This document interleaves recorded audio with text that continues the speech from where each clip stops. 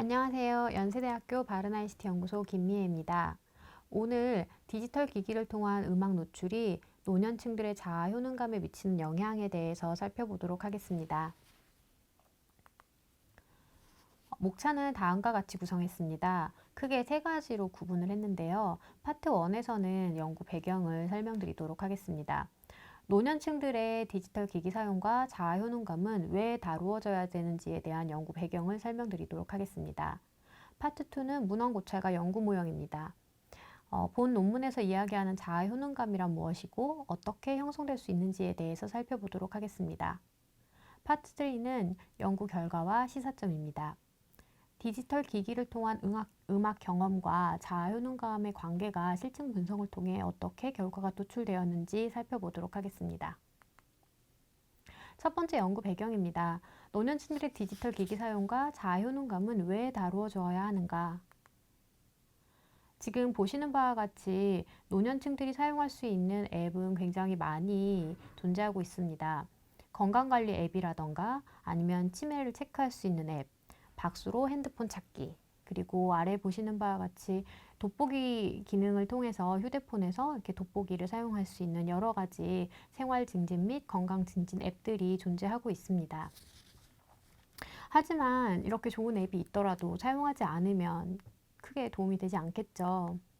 그래서 고령층들의 실제 스마트폰 보유율과 생활 서비스 이용 유형을 한번 살펴봤습니다.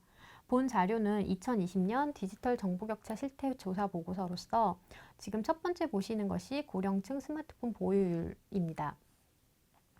고령층을 보시면 지금 현재 2020년 작년이죠. 그 2년 전보다 굉장히 많이 늘어난 모습을 볼 수 있는데요. 하지만 그 밑에 있는 그 실제 생활 서비스 이용 유형을 살펴보시면 제가 이렇게 블랭크로 네모 표시를 해두었는데 전자상거래 서비스라던가 아니면은 금융 서비스 같은 경우에는 100%를 기준으로 했을 때 사용하고 있는 비율이 37%, 41.1% 정도밖에 되지 않았습니다. 저희는 이 사용하지 않는 또는 사용하지 못하는 60%의 노년층에 주목했습니다. 노년층의 특징으로는 디지털로의 접근에 어려움을 가져올 수 있습니다. 먼저 신체적인 변화, 인지적 변화, 사회적 위치 변화를 꼽을 수 있는데요. 전반적으로 정보 이해도가 낮을 수 있고 주변 환경과 고립 가능성이 높습니다. 예를 들어 디지털 기기, 스마트폰을 사용할 때조차도 뭔가 어려움이 있을 때 주변에서 도움을 주는 사람이 없을 경우 해당 문제를 해결하지 못하거나 아니면은 뭐 스스로 해결해야 되는 상황이 있는데요. 이런 경우가 반복될수록 디지털 기기의 접근성은 떨어지게 됩니다. 결국 이렇게 접근성이 떨어지면 디지털 기기를 통한 혜택을 누리기는 어려운 측면이 존재하게 되죠. 노년층 특징 때문에 디지털로의 접근이 어려운 문제가 존재해서 여러 방향에서 이 노년층들의 접근을 향상시키기 위한 노력들이 이루어지고 있습니다. 첫 번째 물리적 접근인데요. 스마트폰 보급 사업이라던가 아니면 디지털 역량을 증가시키기 위해서 교육 프로그램을 개발한다던가 활용 능력을 하기 위해 역시 교육 프로그램을 통해서 노년층들의 디지털 능력을 활용시키기 위한 많은 노력들이 이루어지고 있습니다. 하지만 이런 물리적인 접근이나 역량이나 활용 능력을 높이기 위한 교육 프로그램에도 불구하고 디지털 기기를 지속적으로 사용하게 하는 요인은 실제 디지털 기기를 잘 다루는 능력이 아닌 노년층 스스로가 내가 해낼 수 있다라고 믿는 스스로에 대한 믿음, 즉 자아 효능감이 필요합니다.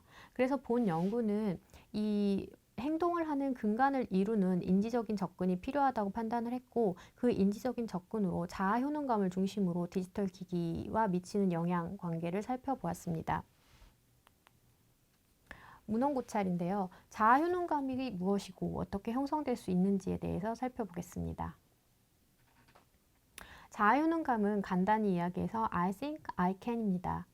스스로가 행동을 수행할 수 있다는 능력을 가지고 있다는 믿음이죠.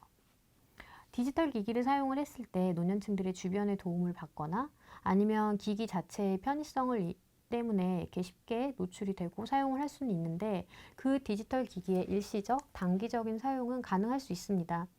하지만 스스로 디지털 기기를 사용하고자 하는 의지가 없으면 디지털 기기를 통해서 얻을 수 있는 혜택으로부터 멀어질 수밖에 없습니다. 그래서 디지털 기기를 어떻게 사용을 할 때 자아 효능감을 형성할 수 있을지에 초점을 맞추어 본 연구를 진행했습니다. 그렇다면 자아 효능감은 어떻게 형성될 수 있을까요? 자아 효능감을 초반에 다루어서 현재까지도 연구하고 계신 반두라 교수님의 연구에 따르면 자아 효능감은 크게 4가지 원천에서 이루어진다고 제시를 하였습니다. 첫 번째는 과업 수행에 대한 성취입니다. 과업 수행에 대한 성취는 어떤 커다란 과업을 성취하는 것이 아니라 작은 시도지만 그 작은 시도를 계속 성취했을 때, 그리고 실패를 하더라도 이 성취와 실패 사이에서 스스로가 할 수 있다는 믿음이 생긴다는 첫 번째 원천인데요. 두 번째는 대리 경험입니다. 대리 경험은 본인이 꼭 그렇게 성공과 실패의 경험을 하지 않더라도 다른 사람의 경험을 통해서 스스로 절실하게 그걸 느꼈을 때 자아 효능감이 형성될 수 있다는 것이죠. 세 번째는 언어적 설득입니다. 우리는 뭐 부모님이나 선생님이나 지인, 친구들로부터 할 수 있다, 너도 괜찮은 아이다, 너도 할 수 있다라는 말을 들을 때 약간의 힘을 얻는 걸 느끼죠. 그게 바로 버벌 퍼슈에이션입니다. 언어적 설득을 통해서도 자아 효능감이 향상될 수 있습니다. 마지막으로 이모셔널 어라우절입니다. 스스로 명상이나 자기 감정을 조절하는 것을 통해서 자아 효능감이 높아질 수 있습니다.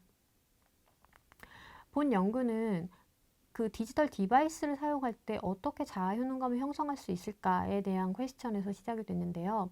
이 4가지 원천 중에서 퍼포먼스 어컴플리시먼트라는 어떤 과업을 수행하는 경험으로부터 자아 효능감이 형성될 수 있다는 가정하에 본 연구를 진행했습니다. 디지털 기기를 통해서 진짜 자아 효능감을 높일 수 있을까요?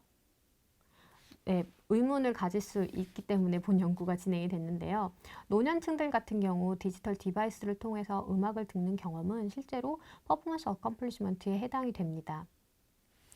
음악을 듣는 경험은 인류 태고 때부터 사람들이 추구하는 니즈 중에 하나인데요. 그 음악에 대한 추구가 디지털 디바이스를 통해서 내가 음악을 선택하고 듣는 과정, 그 작은 시도와 성공의 경험이 계속 반복되면서 퍼포먼스 어컴플리시먼트가 성취되는 것입니다. 만약에 음악 서비스가 아니라 뭔가 초기 진입 장벽이 있는 은행 서비스라던가 아니면 쇼핑몰 같은 서비스를 이용하게 될 때는 쉽게 시도를 하고 쉽게 성취를 하는 그 과정이 빠르게 이루어지지 않기 때문에 자아 효능감을 높이는데 다른 영향을 줄 수도 있을 것 같습니다. 본 연구에서는 음악 서비스에 초점을 맞추어서 진행을 하였습니다. 그래서 첫 번째 연구 가설은 음악 서비스 경험이 자아 효능감에 긍정적인 영향을 미칠 것이다 라는 가설인데요.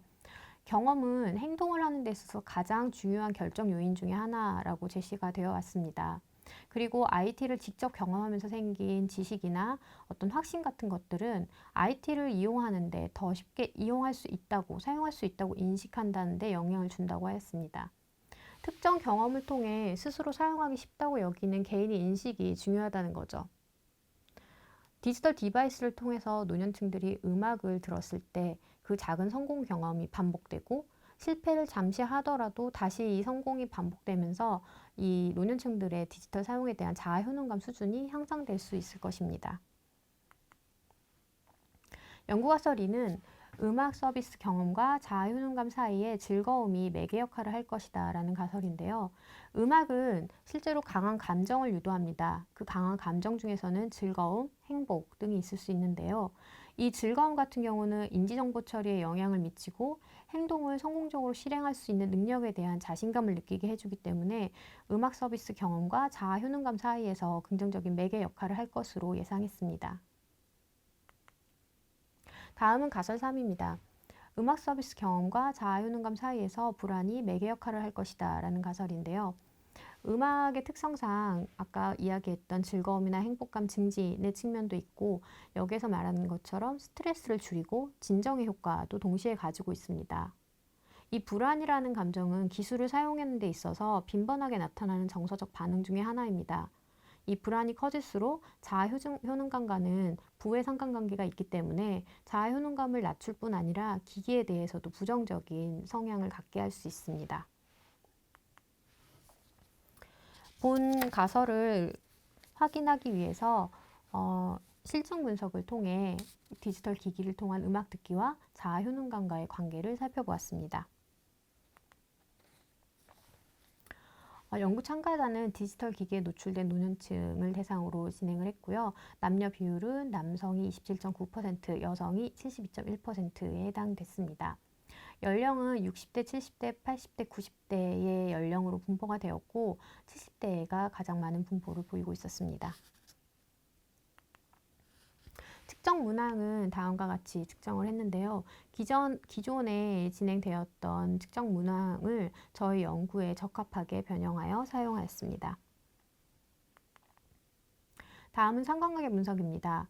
즐거움과 자아 효능감과의 관계는 긍정적인 상관관계를 보이는 것으로 나타났고 음악 경험과 불안은 부정적인 상관관계를 보이고 있었습니다. 그리고 음악 경험과 자아 효능감 역시 긍정적인 상관관계를 보이고 있는 것으로 초기 기초 테스트를 시작했습니다.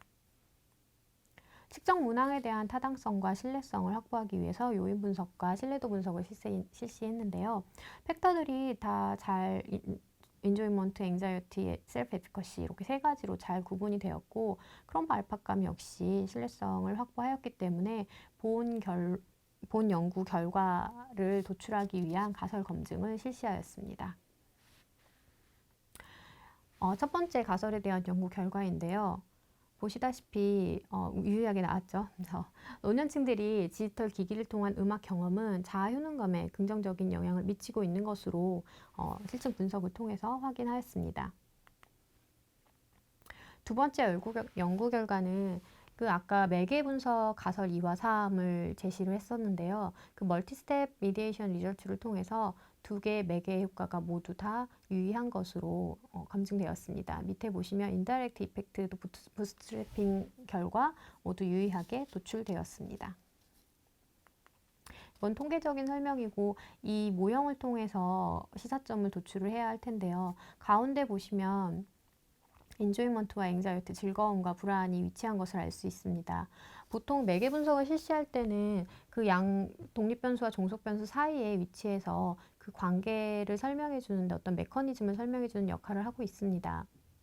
인조이먼트가 즐거움이 자아 효능감에 긍정적인 영향을 주고 있고 불안은 자아 효능감을 낮추는 영향을 주고 있었습니다. 이랬을 때 우리는 한 가지 시사점을 얻을 수 있는데 이 인조이먼트는 높이는 방향 그리고 앵자이어티는 낮추는 방향으로 설계가 되어야 한다는 거죠. 셀프 에피커시를 높이기 위해서는. 그런데 이 인조이먼트를 높이는데 무엇이 영향을 주느냐라고 했을 때 본 연구 모형에 따르면 음악 경험이라는 것입니다. 음악 경험이 즐거움을 높이고 즐거움을 느낀 노년층들은 셀프 에피커시를 느끼는 거죠.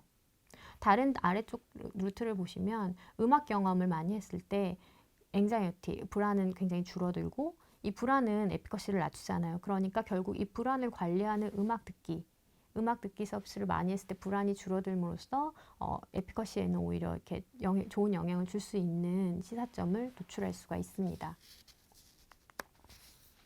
본 연구의 시사점 및 한계점입니다. 앞서 리터러처 리뷰에서도 간략하게 말씀을 드렸지만 노년층들의 그 디지털 역량이라던가 접근을 높이기 위한 많은 노력들이 사실 있어 왔습니다. 물리적인 접근, 기능적인 이해, 무척 중요합니다. 그것들을 기반으로 하지 않고서는 노년들의 디지털 역량을 강화할 수가 없기 때문입니다. 그렇지만 물리적 접근이나 기능적 이해보다 고려돼야 할 것이 사용자의 마음이라는 점입니다. 본 연구에서는 자아 효능감, 노년층들의 자아 효능감에 초점을 맞춰 진행을 했는데 그 이유는 디지털 디바이스를 통해서 자아 효능감을 분명히 얻을 수 있는 측면이 있기 때문입니다.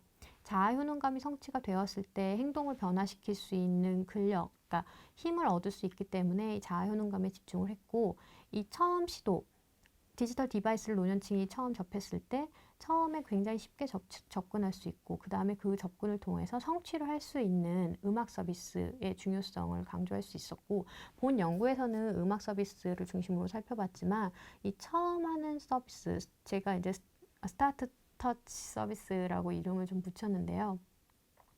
이 스타트 터치 서비스의 중요성을 다시 한번 생각하게 되었습니다.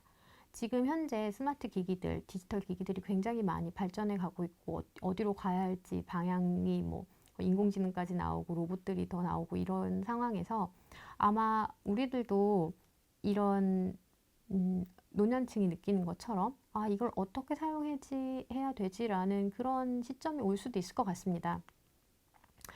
저희 아이가 최근에 CES에서 나왔던 작년에 나왔던 제품인데 이 클립봇을 주문을 했어요. 아 제가 주문을 했죠. 근데 이게 왔을 때 처음에 좀 막막하더라고요. 이걸 어떻게 시작을 해야 되나?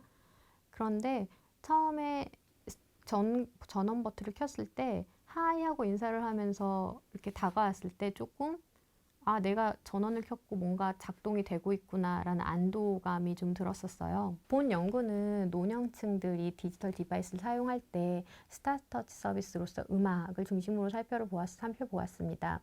하지만 아까 매개 분석을 통해서 살펴보았듯이 음악이 즐거움을 향상시킬 수 있다고 했었잖아요. 근데 음악의 종류에 따라서도 즐거움을 주는 음악도 있을 수 있고 좀 슬픔을 유발하는 음악도 있을 수 있기 때문에 향후 연구에서는 그냥 음악에 대한 노출이 아니라 음악의 종류에 따른 접근이 좀 필요할 것 같고요. 향후 사용자가 쉽게 성취를 느낄 수 있는 디지털 디바이스 서비스에 대한 고민이 앞으로도 계속 필요할 것이라고 생각됩니다. 여기까지 제 발표를 마치도록 하겠습니다. 감사합니다.